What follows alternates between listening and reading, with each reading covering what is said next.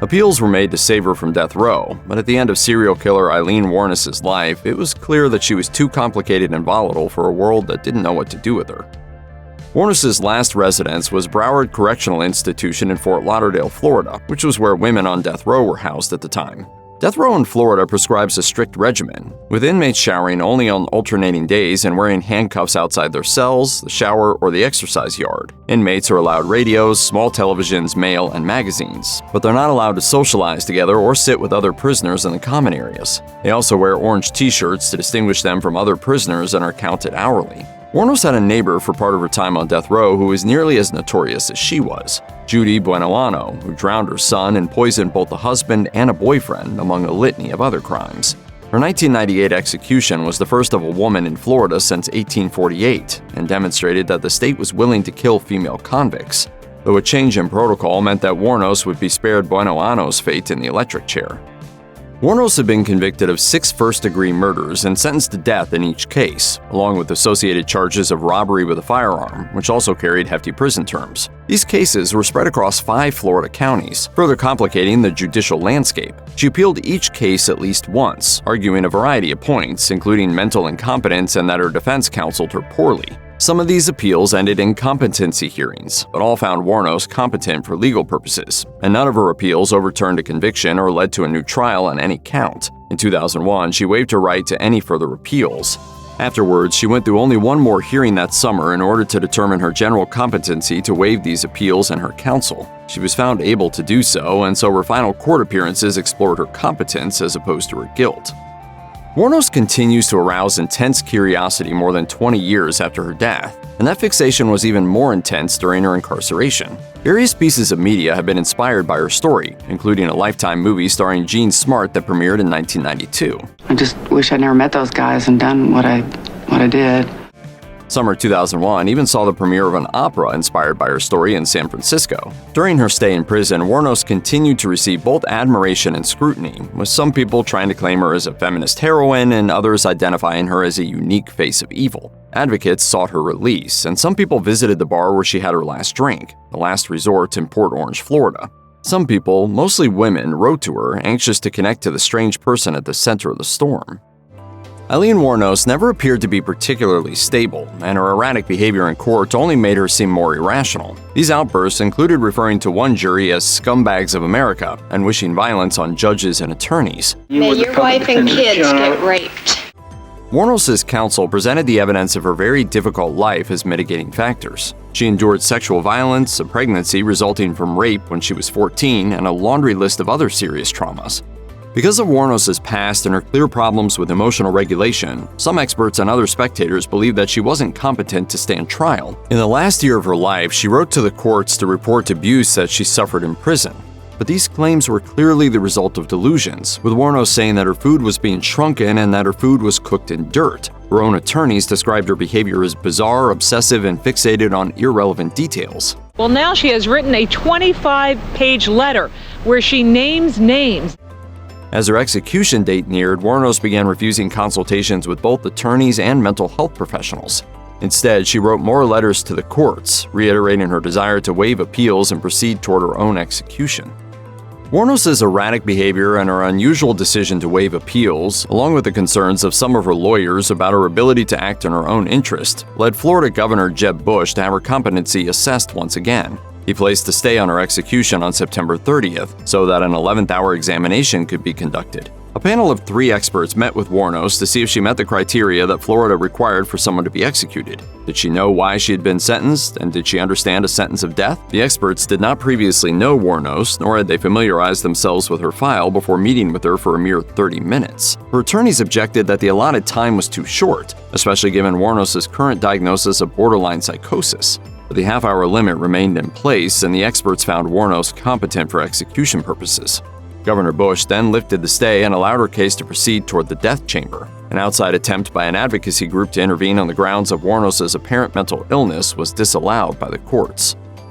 One of Wuornos' comforts during her last days was the song Carnival by Natalie Merchant from her 1995 debut solo album Tiger Lily. Wuornos reportedly listened to the entire album, but it was Carnival that really caught her attention, and she even requested that it be played at her funeral. Inspired by Merchant's arrival in New York City after a small-town childhood, the song references misfit prophets and cheap thrill seekers, with a chorus that asks if the narrator has understood what she's witnessed in the carnival of life. Merchant reflected on Wuornos' situation when she wrote on her website, "It's very odd to think of the places my music can go once it leaves my hands. If it gave her some solace, I have to be grateful."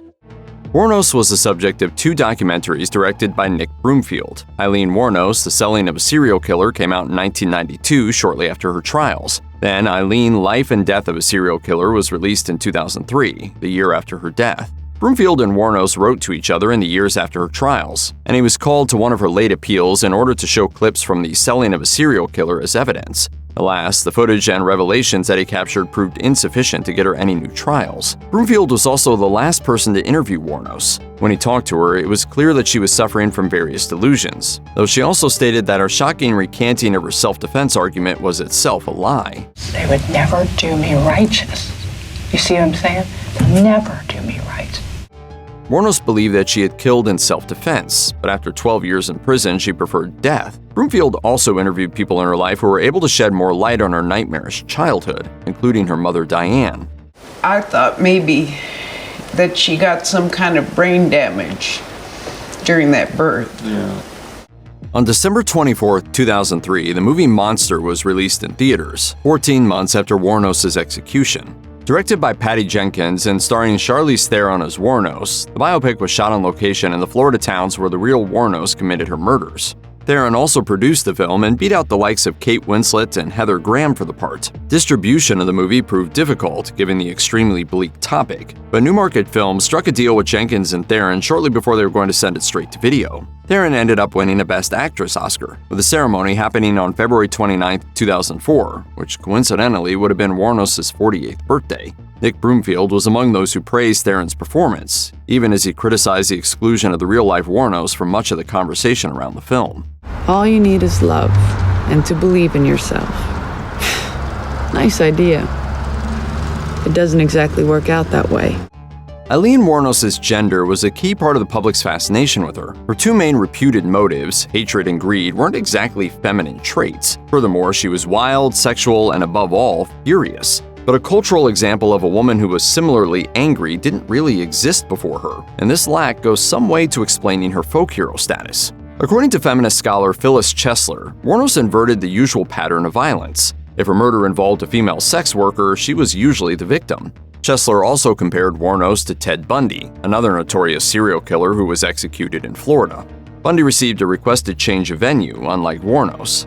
Furthermore, his jury took longer than Wuornos' did to convict him and to recommend death, even though Bundy had no mitigating self-defense claim or abuse history comparable to Wuornos'. Chesler concluded that Wuornos ultimately didn't fit the mold of the typical male serial killer, nor did she fit the mold of the typical female abuse victim who snaps. A 2005 article in the Journal of Forensic Science came to a similar conclusion, noting that while Wuornos was psychopathic, whether or not she was sexually gratified by her murders remained ambiguous. After 12 years in custody, 10 of them on death row, Wuornos was ready for her troubles to end. Bitter, with a weak tether to reality, she wrote to her friend Dawn Botkins that she would miss her and a handful of other people, but that otherwise she hated the world and was ready to leave it. And as a prison guard wrote in a note, Wuornos is very angry at the media and corrupt institutions, and she can't wait until Wednesday at 9:30 so she can be with her God and punish all the evildoers for the way they treated her. Wuornos' willingness to die, even in the death chamber, unsettled some observers. Abe Bonowitz of the group Floridians for Alternatives to the Death Penalty described her death as a state-assisted suicide. Wuornos herself made a grimly utilitarian appeal for her death, as she said that keeping alive someone like her would be a waste of taxpayer money. Wuornos' friend Dawn Botkins grew up with Wuornos in Michigan and later told an Oxygen documentary crew that despite her troubled youth, Wuornos seemed perfectly normal to her when they were young. When Wuornos was in prison, she wrote to Botkins, sometimes multiple times a day, viewing her as a safe outlet and her only real friend. But she did have nothing but plenty of time to write, so that's what she did.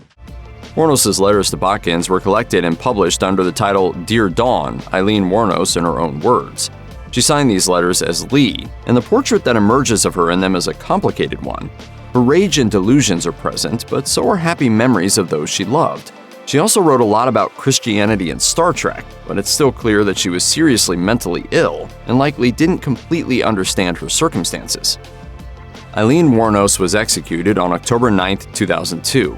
Florida Governor Jeb Bush signed her death warrant, and he was criticized by those who suspected that he was pushing ahead with the execution to score political points ahead of an election that November. Wuornos was entitled to a last meal but turned down the offer, asking only for a cup of coffee instead. Her recorded last words did nothing to comfort observers who feared that a legally insane woman was being hurried to her death. Conflating science fiction and Christianity as she often did, Wuornos stated, "I would just like to say I'm sailing with the rock and I'll be back, like Independence Day with Jesus, June 6, like the movie. Big mothership and all, I'll be back, I'll be back." It's generally assumed that Wuornos was indeed referring to the 1996 Alien Invasion movie. She died of lethal injection at 9:47 a.m., the 10th woman executed in the United States after the re-establishment of the death penalty in 1976. Her ashes were given to Don Balkins, who scattered them under a walnut tree on her property in Michigan.